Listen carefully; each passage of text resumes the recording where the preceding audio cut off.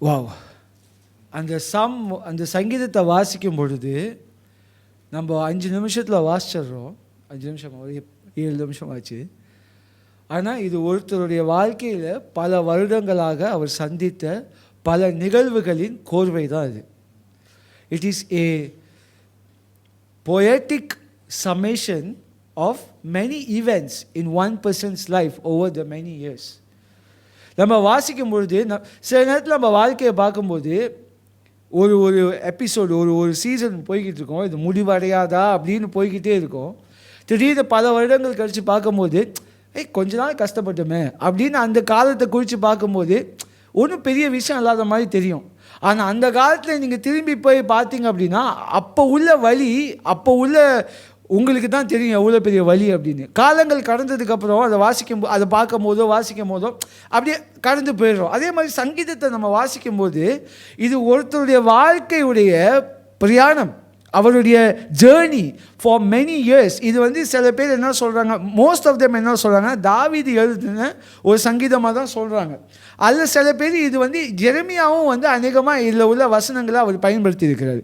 அப்போ எரேமியாவும் இதை எழுதியிருக்கக்கூடும் அப்படின்னு சொல்கிறாங்க. 2 பேருமே எழுதினா மோஸ்ட்லி டேவிட் அப்படின்னு தான் சொல்கிறாங்க. நான் ஏன் இந்த ஃபோட்டோ எடுத்தேன் அப்படின்னா தெரியல, அங்கேருந்து கிளியராக பார்க்க முடியுதா அப்படின்னு. ஒவ்வொரு வாட்டியும் 3 கலர் இருக்கும். அதில் நான் ஹைலைட் பண்ணியிருப்பேன். கலர் தெரியுதுங்களா? ஓகே, லேசாக தெரியுது. என்ன கலர் தெரியுது? சிகப்பு, பச்சை. இப்போது இதில் சிகப்பு எதை குறிக்குது அப்படின்னா, எப்பொழுதெல்லாம் தாவீது ஒரு பாசிட்டிவ் இல்லாத ஒரு வார்த்தை, நெகட்டிவ் இல்லை, ஒரு வலியோ ஒரு துன்பமோ ஏதாவது ஒரு பெயின்ஃபுல்லான ஒரு வலி கொடுக்கக்கூடிய வார்த்தை சொல்லும்போது அதை நான் சிகப்பு கலரில் ஹைலைட் பண்ணியிருந்தேன். அப்புறம் பச்சை கலர் எதெல்லாம் ஆண்டவர் குறித்தோ ஏதோ பாசிட்டிவான காரியங்கள் சொல்கிறாங்களோ, துதிக்கக்கூடிய ப்ரேஸ் பண்ணக்கூடிய காரியங்கள் சொல்கிறாரோ அதை பச்சை கலரில் ஹைலைட் பண்ணியிருந்தேன். நீல கலர் நான் அப்புறம் சொல்கிறேன் என்ன அப்படின்னு. அப்போது இது நான் ஹைலைட் பண்ணிவிட்டு திரும்பி பார்க்கும் பொழுது இதுலேயே ஒரு பியூட்டிஃபுல்லான ஒரு விஷயத்தை கருத்து காமிக்கிறார். பாருங்கள், இது முதல் ஸ்க்ரீன்ஷாட், முதல் வசனத்துலேருந்து ஆரம்பிக்குது. அப்போ பாருங்கள், அநேக சிகப்பு கலர் தான் நீங்கள் அநேகமாக பார்ப்பீங்க. அப்போ நீங்கள் என்ன நினைப்பீங்க, சிகப்பு கலராக இருக்குது, ஏதோ ஒரு கட்டத்தில் இதெல்லாம் பச்சை கலராக மாறப்போகுது அப்படின்னு. கரெக்டு. ஆனால் நீங்கள் நினைக்கிற மாதிரி இல்லை. பாருங்கள், சிகப்பு கலராக இருக்கிறது அங்கங்கே பச்சை வருது அங்கே. ஆனால் முக்கால்வாசி பார்த்தீங்கன்னா சிகப்பு கலராக தான் இருக்குது. அவரோட வாழ்க்கையை பார்த்தீங்க அப்படின்னா தாவீதுடைய வாழ்க்கையில் அட்லீஸ்ட் 11வது வசனம் வரைக்கும் அவர் ஜெபிக்கிறாரு, கதறாரு, கெஞ்சுறாரு, தேவனை நோக்கி கூப்பிடுறாரு, அவரை நோக்கி அபய சத்தம் போடுறாரு. ஆனால் பதில் கிடைக்கவில்லை. அவர் வாழ்க்கையில் நடந்துட்டு இருக்க திகில், என்னை சுற்றிலும் திகில், terrors in from every side. எந்த பக்கம்லாம் திரும்புகிறனோ நான் தொடுறது எல்லாமே பிரச்சனையாக மாறுது. என்னை நோக்கி அம்புகள் பாய்ந்து கொண்டே இருக்கிறது. யார் என்னை நோக்கி அம்பு விடுறாங்க எனக்கு தெரிய மாட்டேங்குது. ஆனால் என்னை நோக்கி அம்புகள் வந்து கொண்டே இருக்குது. நான் ஒரு ஸ்டெப் எடுத்து நான் முன்னாடி வைக்கிறேன்னா 10 ஸ்டெப் எடுத்து பின்னாடி வைக்க வேண்டிய சூழ்நிலை எனக்கு வருது. என்னை சுற்றிலும் திகில் சூழ்ந்து கொண்டது, என்னை சுற்றிலும் கொடூரம் சூழ்ந்து கொண்டது, என்னை சுற்றிலும் அநேக எதிரிகள் என்னை சூழ்ந்து கொண்டார்கள். 11வது வசனம் வரைக்கும் சிகப்பு கலராக இருக்கக்கூடிய இந்த பகுதியை நம்ம பார்க்குறோம். அடுத்த பிக்சருக்கு போங்க. அந்த சிகப்பு கலர் மேலும் தொடருது. Next picture. இது பார்த்தீங்கன்னா மேலும் சிகப்பு கலர் தொடர்ந்துக்கிட்டே போகுது. ஆனால் இங்கே என்ன பார்க்குறீங்க அப்படின்னா பச்சை கலரும் அதிகமாகிக்கிட்டே போகுது. இப்போ என்ன நம்ம பார்க்குறோம் அப்படின்னா ஒரு காலத்துக்கு அப்புறம் ஒரு நேரத்துக்கு அப்புறம் அநேக நல்ல விஷயங்களும் நடந்து கொண்டே இருக்கிறது. அப்போ நீங்கள் என்ன நினச்சிடலாம், கெட்ட விஷயங்கள் நடந்து முடிஞ்சதுக்கப்புறம் நல்ல விஷயங்கள் நடக்கும் அப்படின்னு. இல்லை, முதல் படத்துக்கு போங்க. முதல் படத்தில் என்ன பார்க்குறீங்க அப்படின்னா சிகப்பு இருக்கும் பொழுதே பச்சையும் அங்கே இருக்குது. அதாவது உங்களுக்கு மிக மோசமான சூழ்நிலை நடக்கும் போதும் கர்த்தர் நல்லவராகவே இருக்கிறார். எங்கே பச்சையாக இருக்குது பாருங்க. I will be Claude and rejoice in your unfailing love for you have scene. அதாவது தாவீது என்ன சொல்கிறார் அப்படின்னா இந்த பச்சை கலர், அதாவது அவர் என்ன சொல்கிறார், என்னை காப்பாற்றுங்க, என்னை சூழ்ந்து கொண்டாங்க, என்னை சாவடிக்க பார்க்குறாங்க, எனக்கு அரணாக இருங்க, எனக்கு கேடகமாக இருங்க, என்னை ரட்சிங்க அப்படின்னு சொல்லிட்டு என்னை சுற்றி அவங்க அங்கங்கே அவங்க கண்ணி செட் பண்ணியிருக்காங்க, என்னை கேப்சர் பண்ணும்படிக்கு எல்லாம் சொல்லிட்டு அவர் என்ன சொல்கிறாரு, இதெல்லாம் உங்களுக்கு ஒன்றும் இல்லை, என் வாழ்க்கையை நீங்கள் நிறையா பார்த்துட்டீங்க, சிங்கத்தின் கையில் நீங்கள் ஒப்பு கொடுக்கல, கரடியின் கையில் நீங்கள் ஒப்பு கொடுக்கல, என் வாழ்க்கையில் நீங்கள் நல்லவராக இருந்திருக்கீங்க. I will be Claude, I will be Claude because you have seen my troubles. என்னோட வாழ்க்கையில் அநேக சூழ்நிலையில் நான் கடந்து வந்த போதும் நீங்கள் தேவனாக தான் இருந்திருக்கீங்க, இப்பயும் நீங்கள் தேவனாக தான் இருக்கீங்க. என்னோட ஆத்ம anguish, தமிழ் அந்த வசனம் வாசிங்க 7, 7வது. உமது கிருபையிலே களி கூர்ந்து மகிழுவேன், நீரின் உபத்திரவத்தை பார்த்து, நீரின் உபத்திரவத்தை பார்த்தீர், என் ஆத்தும வியாகுலங்களை அறிந்திருக்கிறீர், ஆத்தும வியாகுலங்களை அறிந்திருக்கிறீர். Means the Lord who is leading you is the Lord who has called you, created you, led you up to this point. உங்களை அழைத்த தேவன், உங்களோட பிரயாணிக்கிற தேவன் புதிய தேவன் அல்ல. அவர் உங்களை உண்டாக்கினவர், உங்களை சிருஷ்டித்தவர், இதுவரை உங்களை நடத்தி கொண்டு வந்த தேவன் அவர். உங்கள் வாழ்க்கையில் சிகப்பு கலர் சூழ்ந்து இருந்தாலும் கூட அவர் உங்களுக்கு அரணாக இருக்கிறார். அவங்க சிகப்பு கலர் சூழ்ந்து இருந்தாலும் கூட அவர் உங்களை அறிந்திருக்கிறார். உங்கள் வியாகுலத்தை அறிந்த தேவனாக இருக்கிறார். தாவீது என்ன சொல்றாருன்னா, இப்போ தாவீது எந்த நிலைமையில் அவர் சொல்றாரு நான் உங்களுக்கு சொல்றேன். ஆனால் இந்த பகுதி நீங்கள் பார்க்கும் பொழுது நான் ஏன் இதை ஷேர் பண்ணுறேன் அப்படின்னா, little things that you do. நீங்கள் வந்து வேதத்தை வாசிக்கும் போது இன்டராக்ட் பண்ணணும். உங்கள் ஹைலைட்ஸை எடுத்து உட்காந்து நீங்கள் அதை ஹைலைட் ஒரு வார்த்தையை நீங்கள் ஹைலைட் ஃபார் எக்ஸாம்பிள், இந்த 5 வசனங்களை எத்தனை வாட்டி ட்ரஸ்ட்டு வருது, எத்தனை வாட்டி ப்ரொடெக்ட் வருது, எத்தனை வாட்டி என்னை காப்பாற்றுங்கன்னு வருது, எத்தனை வாட்டி ரச்சிங்க, எனக்கு ரச்சனை கொம்புமாக இருக்குது, எனக்கு வந்து அரணாக இருக்குது, இதெல்லாம் நீங்கள் ஹைலைட் பண்ணும்போது ஆவியன் உங்களோட பேசுவார். ஏன்னா இதை எழுதியிருக்கிறவங்க ஒரு வார்த்தைக்கு மேலே சொல்கிறாங்க அப்படின்னா அந்த வார்த்தைக்கு ஏதோ ஒரு முக்கியத்துவம் இருக்குது. அப்ப இதுல எத்தனை சிவப்புகள் இருந்தாலும் உங்க கெட்ட சூழ்நிலையிலும் உங்க கஷ்டமான சூழ்நிலையும் ஆண்டவர் உங்களோட இருப்பதை யாராலுமே அதை தடுக்க முடியாது, நிறுத்த முடியாது. இதுதான் ரோமர்ல சொல்லுது, என்ன who can separate me from the love of God? Who? இது ஃபுல்லாக சிகப்பு கலராக இருந்தால் வேறு விஷயம். ஆனால் இவ்வளோ சிகப்பு கலராக இருந்தாலும் கூட அந்த 2வது வசனத்தை ஒரு பச்சை கலர் வந்துருச்சு அப்படின்னா உங்கள் கஷ்டம் வரமோ அது ஒரு 10 வருஷம் நீடிக்கலாம், 20 வருஷம் நீடிக்கலாம், சில நேரத்தில் சாவு வரைக்கும் கூட உங்கள் கஷ்டம் நீடிக்கலாம். ஆனால் அனைத்திலையுமே கர்த்தர் உங்களோட கூட இருப்பதை எவனாலும் தடுக்க முடியாது. அப்போ அடுத்த படத்துக்கு போங்க. இப்போ என்ன பண்ணுறா, சிகப்பு கலர் இன்னும் அதிகரிக்குது. ஆனால் ஒரு காலத்துக்கு பிறகு, ஏன்னா கர்த்தர் உங்களை சில சோதனைக்குள்ளாக அனுமதிப்பார், நம்மளை சோதனைக்குள்ளாக அனுமதிப்பார். நம்ம சோதனைக்குள்ளாக உட்படுத்தப்படாமல் நம்ம தேவனுடைய சீஷர்களாக உருவாக்கப்படவே முடியாது. நம்ம ஏக்கான் ரூமில் உட்காந்துக்கிட்டு தேவனோட ஃபாலோவராக மாற முடியாது. நம்ம கஷ்டமான சூழ்நிலையில் அவர் அனுப்பும் போது சிகப்பு கலர் இன்க்ரீஸ் ஆகும். ஆனால் சிகப்பு கலர் கூட கூட கூட பச்சை கலரும் கூடிக்கிட்டே போகும். இதை வாசிக்கும் போது பாருங்க, சிகப்பும் பச்சையும் சேர்த்து மாறி மாறி மாறி மாறி மாறி மாறி வரும். சிலத்தை கெட்டது நடந்துக்கிட்டே இருக்கும், திடீர்னு அது ஒரு நல்லது நடக்கும், நல்லது நடந்துக்கிட்டே இருக்கும், அது ஒரு கெட்டது நடக்கும். ஒன்று மாதிரி ஒன்றும் இல்லை, ஒன்று நடக்கும் போதே ஒன்று நடக்கும். எனக்கு பிள்ளை பிறக்குது, மொதல் பையன் கோவிட் டைமில் பிறந்தான். அப்போ நான் சந்தோஷப்படுறதா, அந்த ஹாஸ்பிட்டலில் நான் ஒண்டி தான் இருக்கேன், வேறு யாருமே வர முடியாது. அந்த ஹாலில் அந்த பகுதியில் அவன் அழுகிறது 8 திசைக்கும் கேட்குது. ஏன்னா யாருமே இல்லை, 5 மணிக்கு காலையில் பிறக்கிறான் நேரங்கட்ட நேரத்தில். அப்போ யாருமே இல்லை, என்னை சுற்றி யார்கிட்ட என் மகிழ்ச்சி நான் பகிர்ந்துக்கிறது? எங்கள் அம்மா இல்லை, என் மாமியார், யாருமே இல்லை. நானே அழுகுறேன், நானே சிரிக்கிறேன், மென்டல் கேஸ் மாதிரி ஆகிட்டேன். ஏன்னா ஒய்ஃப் வந்து எமர்ஜென்சி சி செக்ஷனுக்குள்ளே போக வேண்டிய, அவங்களும் வந்து அப்படியே இருக்காங்க, யாரும் இல்லை.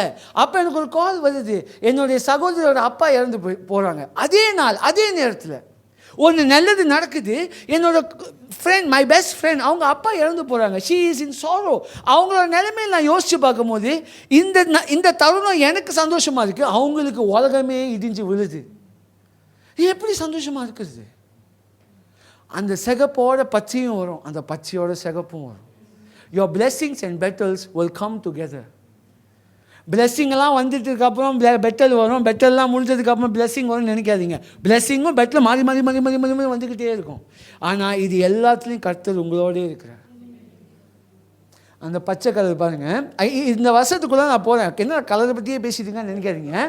இதுக்கு பின்னாடி அவ்வளோ ஒரு பியூட்டிஃபுல்லான ஜேர்னி இருக்குது. தாவீது இப்போ கர்த்தரை பற்றி பேசிட்டேன். கடைசியில் அவர் முடிக்கும் போது என்ன சொல்கிறார் அப்படின்னா, கர்த்தருக்குள்ளே மகிழ்ச்சியாக இருங்க, அவர் உங்களை ஸ்திரப்படுத்துவார் அப்படின்னு சொல்லி முடிக்க. ஆனால் தாவீதே நல்லா இருக்கு, இது முடிக்கும் போதே முடிக்கிற வசனம் நல்லா இருக்கு.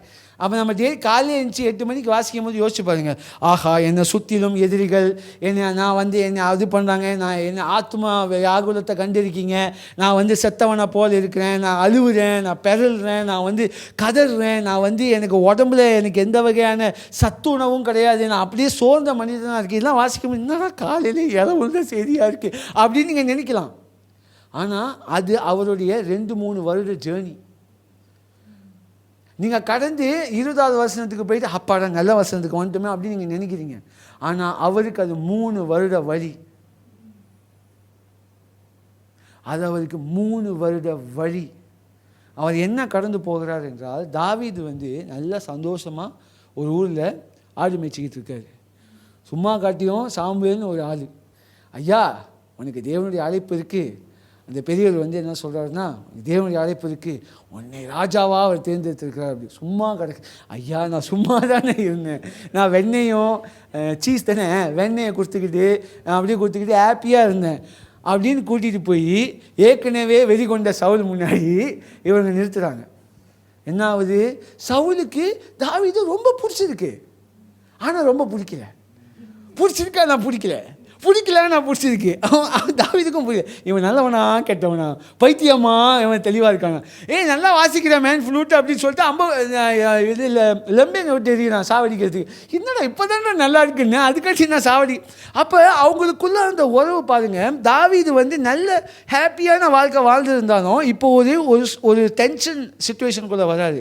இப்போது சவுல் இவளை கொண்டே ஆகணும், ஏன்னா அடுத்த ராஜாவா நான் இருக்கும் போது எப்போதான் நீ ராஜாவாக என்னோட நான் என்னென்ன பண்ணி இந்த ராஜரீகத்தை த்ரோன் எடுத்துருக்கேன் தெரியுமா, உன்னை விட்டுருவானா அப்படின்னு சொல்லிட்டு தாவீதை கொலை பண்ணணும் அப்படின்னு வெளிகொண்டு அலைகிறாரு.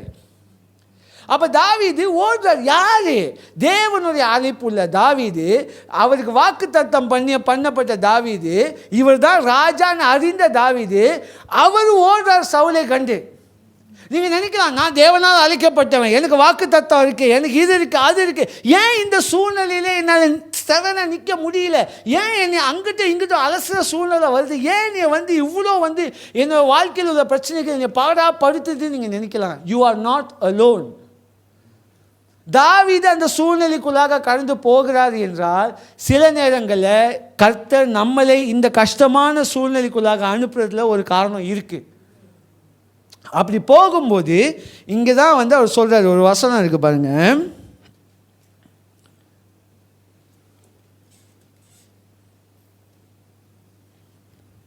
11 வாசிங்க.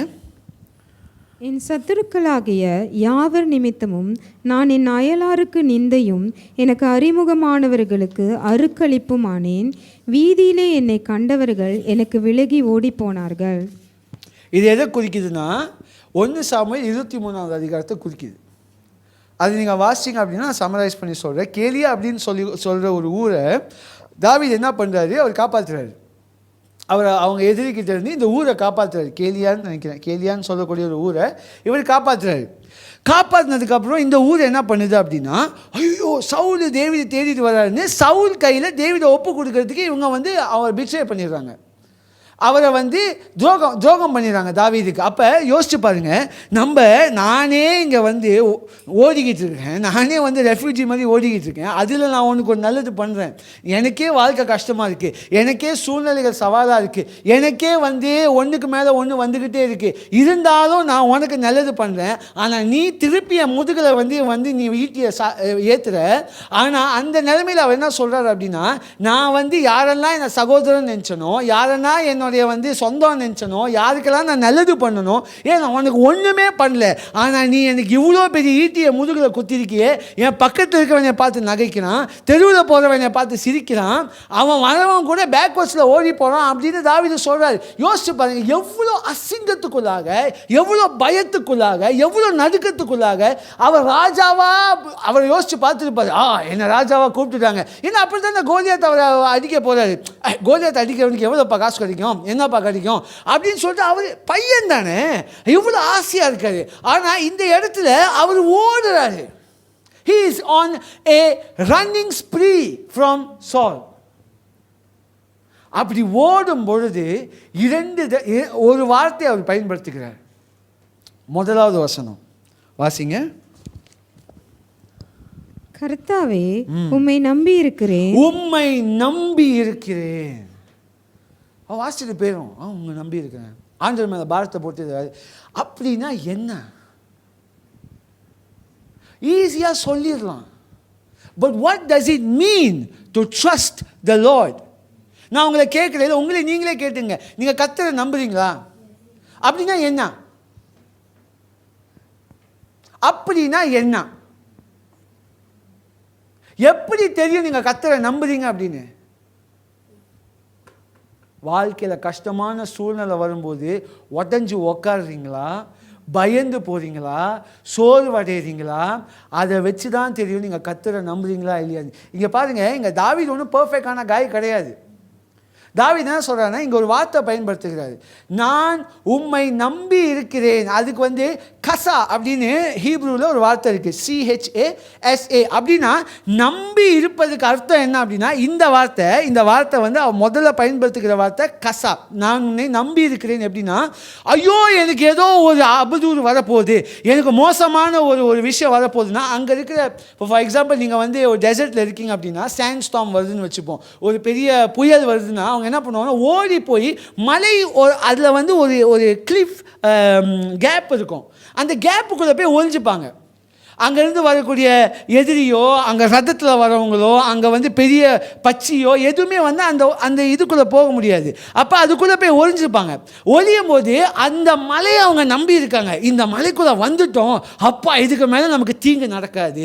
அவன் என்ன சொல்கிறான்னா, கர்த்தரே நான் உம்மை நம்பி இருக்கிறேன். ஏன்னா அவருக்கு தெரியும் அந்த மலையோடைய தன்மை அவருக்கு தெரியும். அந்த மலையோடைய எவ்வளோ மலையை சார்ந்திருக்காருன்னு அவருக்கு தெரியும். அந்த மலையை எவ்வளோ அவர் நம்பி இருக்காருன்னு எனக்கு தெரியும். ஆனால் அவர் மலையை நான் நம்பி இருக்கிறேன்னு சொல்ல, நீர் எனக்கு மலையாக இருக்கிறீர், நீர் எனக்கு கண்மலையாக இருக்கிறீர், நான் உம்மை நம்பி இருக்கிறேன்னு சொல்கிறேன். நான் இதுக்குள்ளே ஒழிஞ்சுக்கிட்டு இருந்தாலும், நான் பேங்க் லோனில் இருந்தாலும், நான் என்னை சுற்றி எவ்வளோ ஹெல்ப் இருந்தாலும், இருக்கோ இல்லையோ, நான் என் சொந்தக்காரன் வரானோ வரலையோ அதெல்லாம் மேட்ரு இல்லை. எனக்கு நீர் உதவியாக இருக்கிறீர், எனக்கு நீர் உபகாரம் பண்ணுகிற தேவனாக இருக்கிறீர். நான் உம்மை நம்பி இருக்கிறேன். நான் ஓடி போய் மறைந்து கொள்ள, நான் ஓடி போய் சாஞ்சு கொள்ள, நான் ஓடி போய் ஐயோ நான் முடியலையே அப்படின்னு உட்காந்து கதற இடமா இருக்கிறீர். You are the one I run to seek refuge for. Run, நான் ஓடி போகிறேன். அதாவது வாழ்க்கையில் உங்களுக்கு பிரச்சனை, நீங்கள் ஓடணுன்னா கர்த்தர்கிட்ட ஓடுங்க. நம்பி இருக்கிறதுக்கு அர்த்தம் உங்கள் மேலே நம்பிக்கையாக இருக்கம்பா அப்படி இருக்கிறது இல்லை. Trust is active, trust is not passive. நான் நம்பி இருக்கிறேன்னு சொல்லிட்டு இருக்க முடியாது. ஒரு பில்டிங் கொழுந்து விட்டு எரியுது, நான் கீழே இருந்து கூப்பிட்றேன், ஆஷா குதிரா கீழே, நான் அப்பா இருக்கிறேன் கீழே, அப்பா நான் உங்களை நம்புகிறேன்ப்பா, உங்களை நம்புகிறேன்னு சொல்லிட்டு இருந்தால் என்ன ஆகும்? தீஞ்சு கருவாடாயிடுவான். நம்புனா குதிக்கணும், அதுதான் நம்பிக்கையோடைய அர்த்தம். நம்புறேன்னு பேக்வர்ட்ஸில் போனால் என்ன ஆகும்? முடிஞ்சு கதை. அப்போ அந்த நெருப்பு வரவில்லை என்றால் அந்த நம்பிக்கையோட பாத்திரம் என்னன்னு என் பையனுக்கு தெரியாமல் போயிருக்கும். இந்த மலைக்குள்ளே அவன் போகலை அப்படின்னா இந்த நம்பிக்கையோட அர்த்தம் தேவன் எவ்வளவாக எனக்கு நங்கூரமாக இருக்கிறாருன்னு தாவீதுக்கு தெரியாமல் போயிருக்கும். அவன் என்ன சொல்கிறாரு, நான் மலைக்குள்ளே தான் ஒழிஞ்சிருக்கேன், ஆனால் எனக்கு முழுமையாக நான் மறைந்து இருக்கக்கூடிய அரணாய் நீர் இருக்கிறீர், நான் உங்களை நம்பி இருக்கேன். இந்த மலை நாளைக்கு போயிடும், ஆனால் நான் உங்களை நம்பி இருக்கேன் அப்படின்னு தாவீது சொல்கிறார். What a beautiful word. அந்த நிலைமையில போய் உதவி பண்ணுறாரு.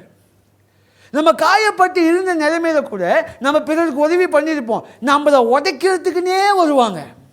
நீங்கள் வேலை இடத்துல இருக்கீங்களோ, இல்லை உங்கள் குடும்பத்துலையோ, உங்கள் பிள்ளைகளோ, அங்கே ஒரு testimony I want to share. My mother, எங்கள் அம்மா எங்கள் சொல்லியிருந்தாங்க, என் தங்கச்சியோட எல்லாம் ஊழியம் பண்ணிக்கிட்டு இருந்தோம்.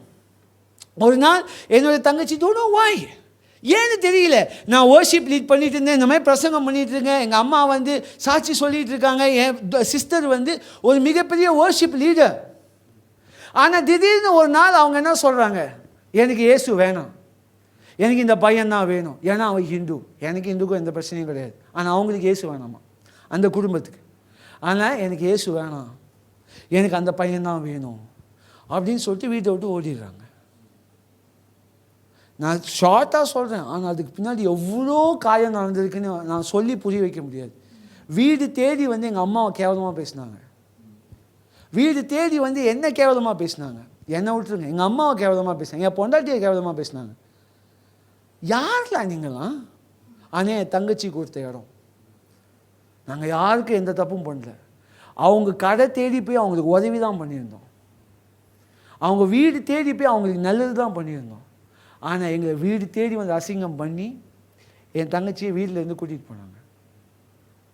சர்ச்சுக்கு போக முடியல, மேலே ஏற முடியல, நான் ஏறலை. எல்லாம் புறம் பேசுகிறாங்க. ஓய், இவங்க தான் தப்பு பண்ணியிருக்கணும், இவங்க பொண்ணை சரியாக வளர்த்துருக்கல, இவங்க அண்ணங்காரன் பாரு தங்கச்சி வச்சுக்கிட்டே கல்யாணம் பண்ணியிருக்கான். என் குடும்பத்தில் என்ன நடக்குதுன்னு உங்களுக்கு தெரியலன்னா பேசாதீங்க. அவங்க வழி அவங்களுக்கு தான் தெரியும். ஆனால் சொல்லி புரிய வைக்க முடியாது இல்லை. எங்கள் அம்மா வந்து ஒரு பக்கத்தில் அப்படியே உடஞ்சிட்டாங்க. நான் ஒரு பக்கத்தில். பாஸ்டர் எங்களுக்கு ரொம்ப உதவியாக இருந்தார். ஆனால் அவர் வந்து அவரையே சர்ச்சு சார்ந்து மதிக்க மாட்டேங்குது. அப்போ நாங்களாம் எந்த மூலைக்கு? நாங்கள் யாருக்கெல்லாம் உதவி பண்ணோமோ அவங்க எல்லாம் எங்களை வந்து அவதூறாக பேச ஆரம்பித்தாங்க. அப்போ நாங்கள் கர்த்தரை நம்பி இருக்கோன்னு சொல்கிறதுக்கு முடியல. Just a lot of pain. But அவர் தான் எங்களுடைய கேடகமாக இருக்கிறார், எங்களுக்கு அரணாக இருக்கிறார். உடஞ்சி விழுந்தாலும் நெக்ஸ்ட் டே எந்திரிச்சு நிற்கணும். என்ன நடக்க போகுது? உயிரை எடுத்துட போகிறான், என்ன பண்ணிடுவானுங்க? என்ன பண்ணிடுவாங்க? அதுதான் எனக்கு என்ன பண்ணிட முடியுங்க? நான் இந்த தப்பு பண்ணேன்னா, நான் ஏதாவது அசிங்கம் பண்ணேன்னா, நான் எந்த தப்பும் பண்ணல. தப்பு பண்ணது என் தங்கச்சி. எங்களுக்கு விசுவாசம் இருக்குது, ஆண்டவர் அதை கூட்டிகிட்டு வருவார் திருப்பி அப்படின்னு. அவர் மேலே எனக்கு நம்பிக்கை இருக்குது. அவர் மேலே அவர் அழைத்தவர் உண்மை உள்ளவர். எனக்கு முன்னாடியே படைத்த கடவுள் வந்து இயேசு கிறிஸ்து. நான் வெறும் அண்ணன் தான், அதுக்கு அப்பாவாக இருக்கிறவர் அவர். எனக்கே இவ்வளோ துடிக்கும் போது கர்த்தருக்கு எவ்வளோ துடிக்கும். அவர் கூட்டிகிட்டு வருவார். நான் போய் நின்று அசிங்கமாக பேசுகிறவங்களுக்கு தான் அசிங்கமாக போவோம். என்ன செய்ய முடியுங்க? உங்களை கேவலமாக பேசுகிறாங்கன்னா அவங்க முன்னாடி போய் நில்லுங்க. உங்களை உடச்சி உட்கார வைக்கிறாங்கன்னா அவங்க முன்னாடி போய் நில்லு, எந்திரிச்சு நில்லுங்கிறேன். என்ன பண்ணிட முடியும்? நம்ம உயிரை எடுத்துட முடியுமா? கர்த்தர் கொடுத்த டெஸ்டிமனி, கர்த்தர் கொடுத்த உயிர் எவனாலையும் கை வைக்க முடியாது. Don't be fearful. பயந்து உக்காராதீங்க. எங்கேயாவது போய் ஓடி ஒளியணுமா? கர்த்தருக்கு பின்னாடி ஒளிந்து கொள்ளுங்க. தாவீது சொல்றார், நான் உங்களை நம்பி இருக்கிறேன். நான் மலை நாளைக்கு இருக்கும் போயிடும், நீங்கள் இருக்கீங்க. இப்போ நீங்கள் நினைக்க அவன் மலைக்குள்ளே ஒழிஞ்சு தானே சொல்கிறான் அப்படின்னு. நல்லா சொல்கிறேன்ல. இப்போ யாருக்கு உதவி பண்ணுறானோ அவங்களே தாவீதை காட்டி கொடுக்குறாங்க. ஏய் சவுல் அவன் இங்கே தான் இருக்கான். சவுல் வராது படையை எடுத்துக்கிட்டு. தாவீது சொல்கிறாரு, ஐயோ நான் செத்தேன். அங்கே தான் சொல்கிறாரு. என்ன சொல்கிறாரு? நான் முடிச்சு என் கதை, நான் படுக்கையில் அழுவுறேன், என் உடம்புல பலன்ல. வாசிங்க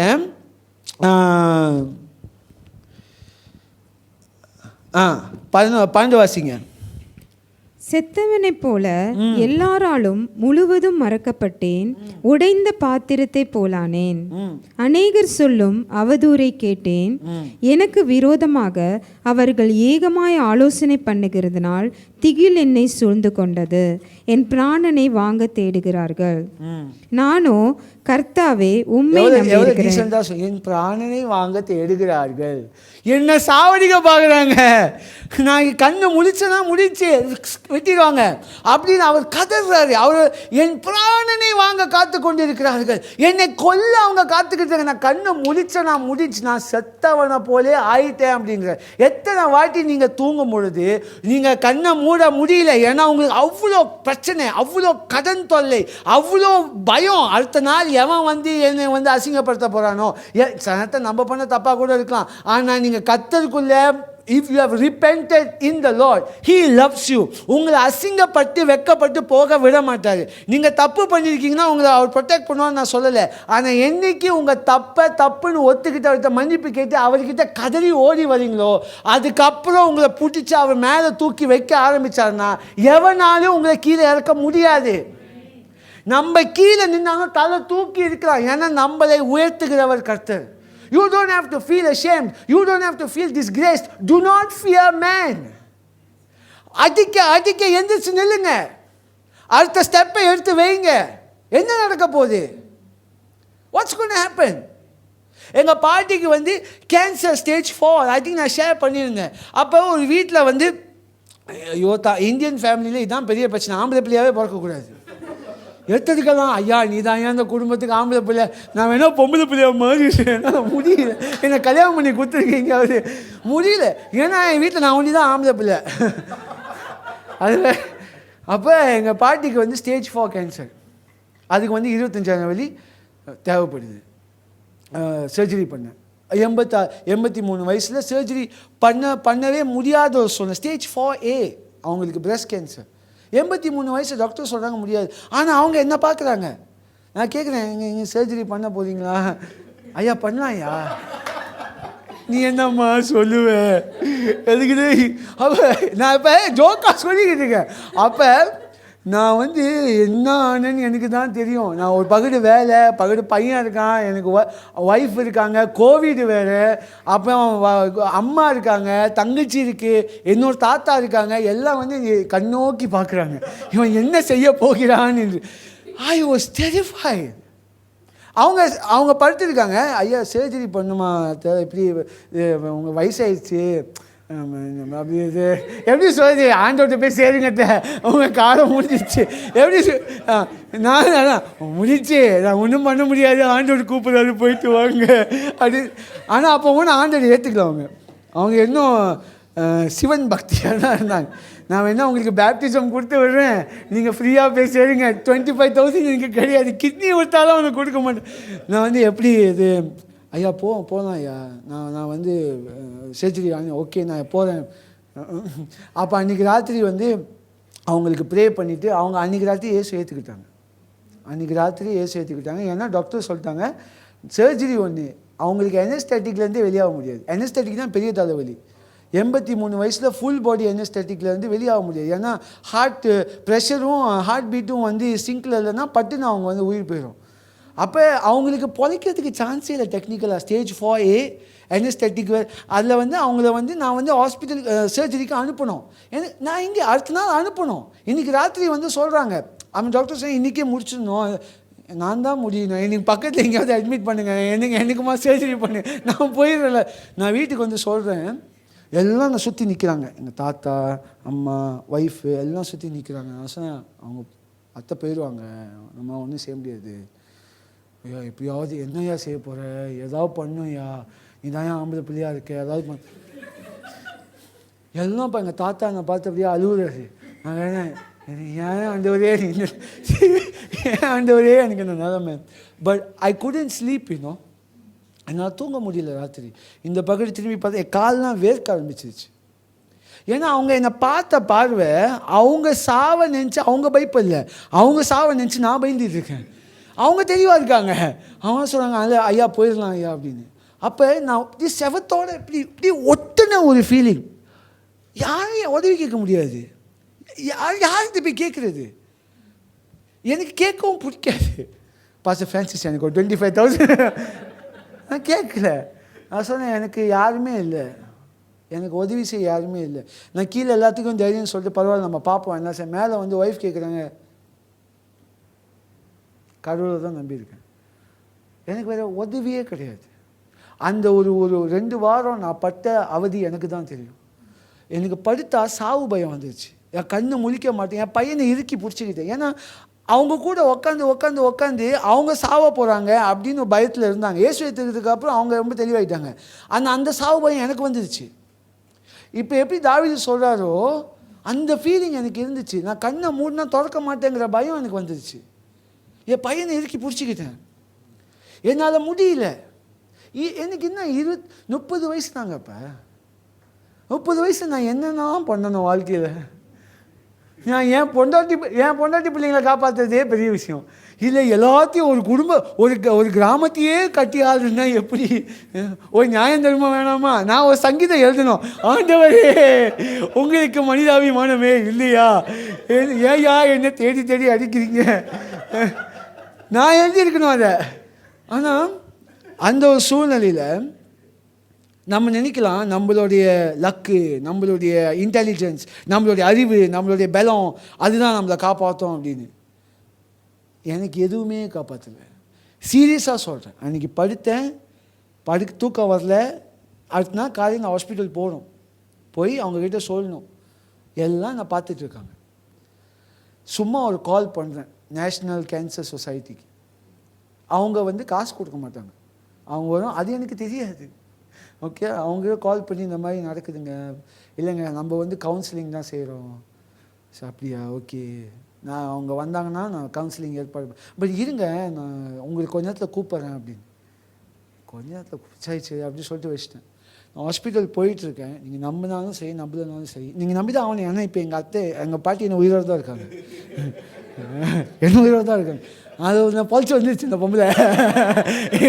நான் தான் ஆனால் அவங்க கால் பண்ணி, I don't know how, but Pantai ஹாஸ்பிட்டலில் கம்யூனிட்டி சர்வீஸ் ப்ரோக்ராமில் சிஎஸ்ஆரில் 4 ஸ்லாட்டு கொடுத்துருந்தாங்க எங்களோட சொசைட்டிக்கு. அதில் ஒரே ஒரு ஸ்லாட் மட்டும் இருக்குது. அதுவும் நீங்கள் இன்றைக்கே மூவ் பண்ண முடியுமா அப்படின்னு. நான் சொன்னேன், சர்ஜரி அதெல்லாம் நீங்கள் கவலைப்படாதீங்க, A to Z நாங்கள் பார்த்துக்கோம், நீங்கள் ட்ரான்ஸ்ஃபர் மட்டும் பண்ணால் போதும். எனக்கு அரணாக இருந்தார். I could not two anything. அந்த 2 வாரம் அவர் எனக்கு பதிலே கொடுக்கல. அதுக்கு முன்னாடி ஒரு 3 மாதம் அவதிப்பட்டேன். வெள்ளம் கிளைங்கில் எங்கள் ஜாமான்லாம் போச்சு. கால் இங்கே வரைக்கும் வந்துச்சு தண்ணி இங்கே. அதனால எல்லாத்துக்கும் அவதி. எத்தனையோ அப்போல்லாம் ஆண்டவரே நீ கை விட்டீங்களே, அந்த கஷ்டத்தை கோ த்ரூ பண்ணோம் கைப்பிள்ளையை வச்சுக்கிட்டு. ஆனால் அந்த இடத்துல காட் கேம் டு ஹெல்ப். அவங்க ட்ரான்ஸ்ஃபர் பண்ணி சர்ஜரி முடிச்சுட்டு அவங்க முடிச்ச ½ அன் ஹவர்லேயே தெரிஞ்சுட்டு அவன் சொன்னான், வெரி ஸ்ட்ராங் உமன்.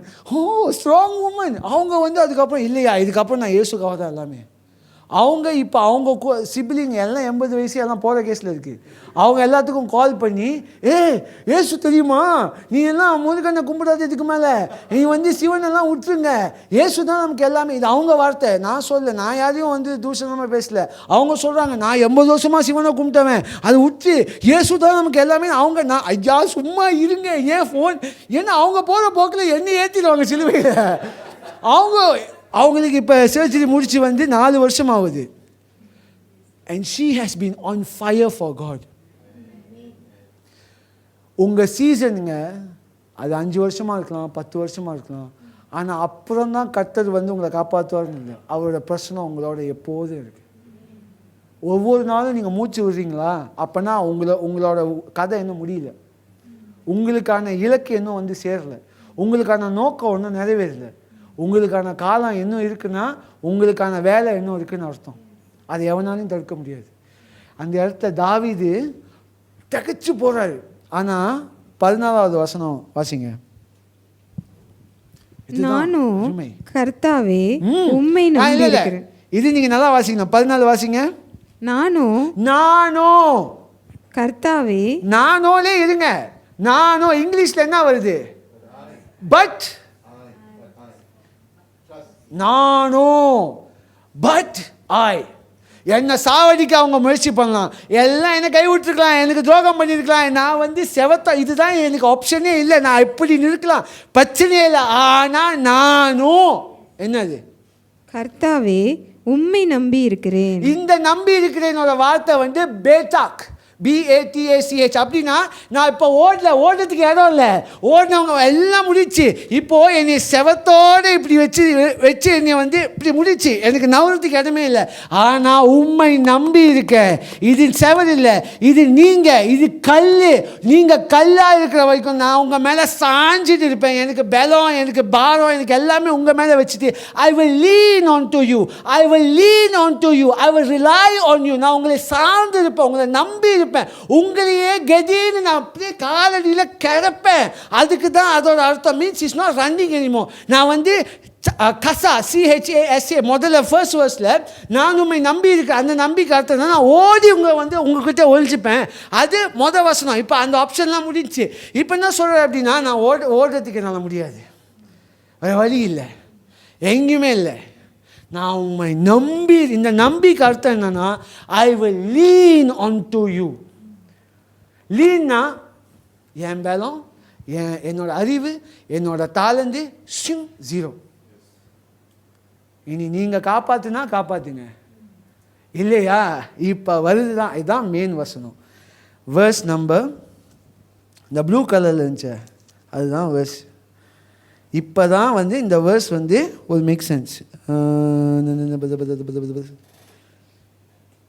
வேர்ஸ் 5. நான் உண்மை சார்ந்து இருக்கேன், உங்க நம்பி இருக்கேன். வேர்ஸ் 5 வாசிங்க. உமது கையில் என் ஆவியை ஒப்புவிக்கிறேன், சத்திய பரனாகிய கர்த்தாவே, நீர் என்னை மீட்டு கொண்டீர். கொண்டீர் பிடிச்சு. இப்போ என்ன சொல்கிறேன்னா, நான் உங்களை நம்பி இருக்கிறேன், நான் உங்களை சார்ந்து இருக்கிறேன், நான் உங்களை முழுசாக என்னை உங்கள் கையில் ஒப்பு கொடுத்தாச்சு. அவங்க சாவடிச்சு அடிச்சுட்டு போட்டோம். என்ன பண்ணிட முடியும்? உடம்பு தான் எடுக்க போகிறான். என் ஆத்மாவை உங்கள் கையில் ஒப்பு கொடுத்தாச்சு. இனி நான் உமக்கு சொந்தம். என் உயிரை எடுத்துகிட்டு போட்டோம். எனக்கு இன்னும் பியூட்டிஃபுல்லான லைஃப் காத்துட்ருக்கு. அதுதான் பெர்ஸ்பெக்டிவ். என்னைக்கு சாவை கண்டு நீங்கள் பயப்படலையோ, அன்னைக்கு சாவு உங்களை கண்டு பயப்படும். Don't be afraid to die, be happy to die. Paul சாவை நோக்கி ஓடுறாரு. என்ன சாவடிங்கடா சாவடிங்கடா சாவடிங்கடா. அவர் வந்து பாம்பு கடிக்குது, ஷிப்பு ரேக்காகுது, நெருப்பில் கை வைக்கிறாரு. அவர் வந்து கண்டப பூச்சியெல்லாம் கட்டி அடித்து அடித்து தூக்கி போகிறாங்க ஜெயிலுக்குள்ளே. ஏசு வந்து சொல்ல கேவா கிளம்பலாம், அடுத்த உள்ளத்துக்கு போகலாம் அப்படின்னு. அவர் சாவை நோக்கி ஓடுறாரு. சாவை அவர் விட்டு தூரமாக நோக்கி ஓடுது. அவர் என்ன சொல்கிறாரு, நான் வாழ்ந்தா அது இயேசுவுக்காக, செத்தா அது இயேசுவோட. எதுவுமே எனக்கு ஆதாயம் தான். பெர்ஸ்பெக்டிவ். இந்த வார்த்தையை யார் சொல்கிறாரு? லூக்கா 23வது அதிகாரத்தில் இயேசு சிலுவையில் சொல்லுகிறார், உம்முடைய கரத்தில் என் ஆவியை நான் ஒப்பு கொடுக்கிறேன். உலகத்தின் பாவம் அவரை சுமந்து கொண்டிருக்கிறார். உலகத்தின் பாவமாய் அவர் மாறிவிட்டார். He who knew no sin became sin. நீங்கள் பட்டுட்டு இருக்கிற பயம், நீங்கள் பட்டுட்டு இருக்கிற கவலை, நீங்கள் பட்டுட்டு இருக்கிற தோல்வி, நீங்கள் பட்டுட்டு இருக்கிற brokenness, நீங்கள் பட்டுட்டு இருக்கிற anxiety, டிப்ரெஷன் எல்லாம் இயேசு மேலே புகுத்தப்பட்டது. அவர் பாவமாய் மாறினார் சிலுவையில். He became sin. அவர் என்ன சொல்றாருன்னா, அந்த ஒரு வினாடி தேவனோட முகத்தை அவரால் பார்க்க முடியல. ஏன்னா முழு மனுஷனாக இருக்கிற அவர் முழுமையான 100% God 100% ஹியூமனாக இருந்தாலும் அந்த 100% ஹியூமன் 100% சின்னாய் மாறியது. He became sin. அவர் என்ன சொல்றாருன்னா, இதுக்கு மேலே ஒன்றும் இல்லை. அவர் இயேசு என்ன சொல்ற, இது முடிஞ்சா ஆண்டவரே இந்த பாத்திரத்தை என்னை விட்டு கடந்து போக பண்ண. அவர் என்ன சொல்றாருன்னா, எனக்கு ஐ டோன்ட் முடிஞ்சா இது வேணாமே, முடிஞ்சா அந்த மனுஷன் அவரும் ஒரு மனுஷனாக தானே இருந்தார். அவர் என்ன சொல்ல, ஐயோ உங்களை விட்டு பிரிஞ்சு இருக்கணுமா, முடிஞ்சா இது வேணாமே. ஆனால் என் சித்தம் இல்லை, உங்கள் சித்தம். இந்த சிலுவையில் என் ஆவியை உங்கள் கையில் ஒப்பு கொடுக்குறேன். உயரமான கல்லில் அதுக்கு மேலே உயர்த்தப்பட்டு இயேசு சிலுவையில் மரித்தார், பாவமாய் மரித்தார். ஏன்னா நம் நீதிமானாய் ஆக்கும்படி. மரித்தவர் மரித்தபடி இல்லாதபடிக்கு 3ஆம் நாள் உயிரோடு எழுந்தபடினால இன்னைக்கு நம்ம நீதிமானாய் நிற்கிறோம். தாவீது வந்து வாஸ் a prophetic side. அவர் இந்த வார்த்தையை, இந்த சிச்சுவேஷனில் சொன்ன வார்த்தையை இயேசு சிலுவையில் சொல்கிறாரு. அவர் என்ன சொல்கிறாருன்னா, தாவீது இங்கே பாருங்கள், மை சின், என்னுடைய அக்கிரமம்னு இருக்கும்.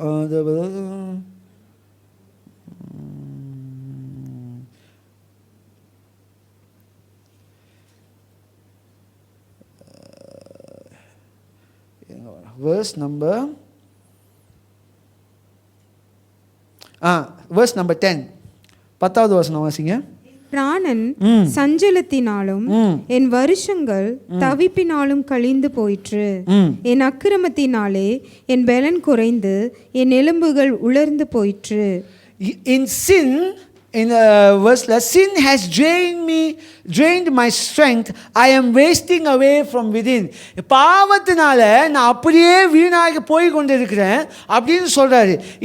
இந்த தாவீது, இவர் இந்த பயணத்தில் போயிட்டு இருக்கிற தாவீது சொல்ற ஒரு வார்த்தை தான், உங்க கருத்தில் என் ஆவியை நான் ஒப்பு கொடுக்குறேன். அதாவது நான் இனிமேல் ஓடி உங்களை நம்பி இல்லை, நான் உங்க மேலே சார்ந்து நம்பிக்கையா இருக்கேன். ஏன்னா இனி என்னோட கிரியை அல்ல, நீங்க சிலுவையில் முடித்த கிரியை முடிஞ்சு, எனக்காக நீங்க பட்ட பாடுகள் முடிஞ்சு, நான் பட வேண்டிய வேண்டியதெல்லாம் நீங்கள் பட்டதுனால உங்களுக்கு உண்டான சொந்தமான யாவற்றையும் எனக்கு சொந்தமாயிடுச்சு. உங்கள் சமாதானம், உங்கள் மகிழ்ச்சி, உங்கள் வெற்றி, உங்கள் நித்திய வாழ்வு, உங்கள் நீதி, உங்களுடைய மகிமை, உங்களுடைய நியாயம் எல்லாம் எனக்கு சொந்தமாயிடுச்சு. It's a beautiful exchange. I have commended my spirit into your hands. இன்னைக்கு உங்களுடைய என்னுடைய ஸ்டேஜ் அதான் தான் இருக்கணும். நம்மளுடைய ஆத்மாவை அவர் கையில் ஒப்பு கொடுத்துட்டு நம்ம பாட்டுக்கு போய்கிட்டே இருக்கணும். சாவு வந்தா வரட்டும். Let death come.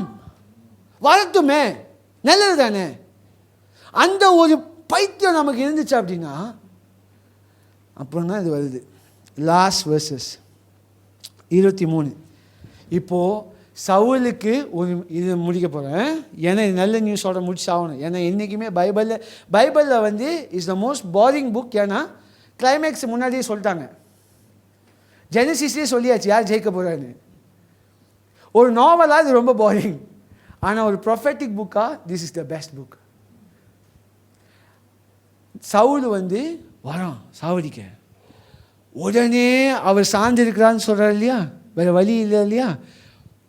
ஃபிலிஸ்தியர்கள் இஸ்ரேலை வந்து அடிக்க ஆரம்பிக்கிறாங்க.